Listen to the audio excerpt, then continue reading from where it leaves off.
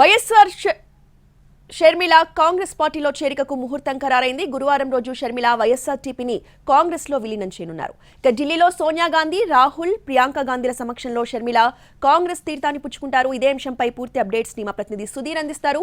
Sudheer, lotus పాండ్లో వైఎస్ఆర్టీపీకి సంబంధించిన కీలక సమావేశం అయితే జరుగుతుంది. ఈ సమావేశానికి ఆ పార్టీకి సంబంధించిన 40 మంది కీలక నేతలు ఎవరైతే ఉన్నారో ఆ పార్టీ నేతలందరూ కూడా హాజరయ్యారు. కాసేపు క్రితమే లోటస్ పాండ్లో షర్మిల అధ్యక్షతన ఈ సమావేశం అయితే జరుగుతుంది.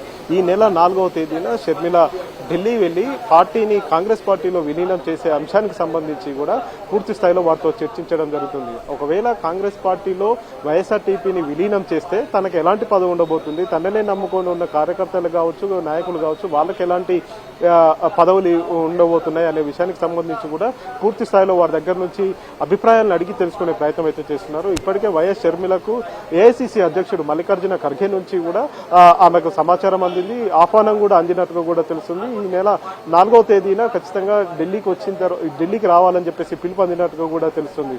ఇప్పుడు ఈ మధ్యాహ్నం హైదరాబాద్ నుంచి నేరుగా ఇరుపులపాయకు వెళ్తున్నారు. ఈ ఇరుపులపాయకు వెళ్లి వైఎస్ ఘాట్ దగ్గర వైఎస్ షర్మిలకు సంబంధించి వైఎస్ షర్మిల కొడుకు పెళ్లి పత్రికను అక్కడ పెట్టి నివాళులర్పిస్తారు. ఆ తర్వాత రేపు మధ్యాహ్నం వరకు కూడా హైదరాబాద్ చేరుకుంటారు. రేపు మధ్యాహ్నం హైదరాబాద్ చేరుకున్న తర్వాత రేపు మధ్యాహ్నం ఢిల్లీ వెళ్తారా లేకపోతే ఎల్లుండి ఢిల్లీ వెళ్తారా అనేది కొంత ఖరారు కావాల్సి ఉంది. ఎందుకంటే ఇప్పటికే స్పెషల్ ఫ్లైట్ ను కూడా బుక్ చేసిన పరిస్థితి అయితే కనిపిస్తుంది. హైదరాబాద్ నుంచి 40 మంది ముఖ్య కార్యకర్తలతోటి స్పెషల్ ఫ్లైట్ లో ఢిల్లీకి వెళ్తున్నట్టుగా కూడా సమాచారం అందింది. అయితే కాంగ్రెస్ పార్టీలో చేరిన తర్వాత వైఎస్ షర్మిల రోల్ ఏ విధంగా ఉండబోతుంది అనేది ఇప్పుడు ప్రస్తుతం అందరినీ తొలుస్తున్న ప్రశ్న. దీనికి సంబంధించి కార్యకర్తల నుంచి పెద్ద ఎత్తున, నాయకుల నుంచి కూడా పెద్ద ఎత్తున డిమాండ్ అయితే వినిపిస్తుంది.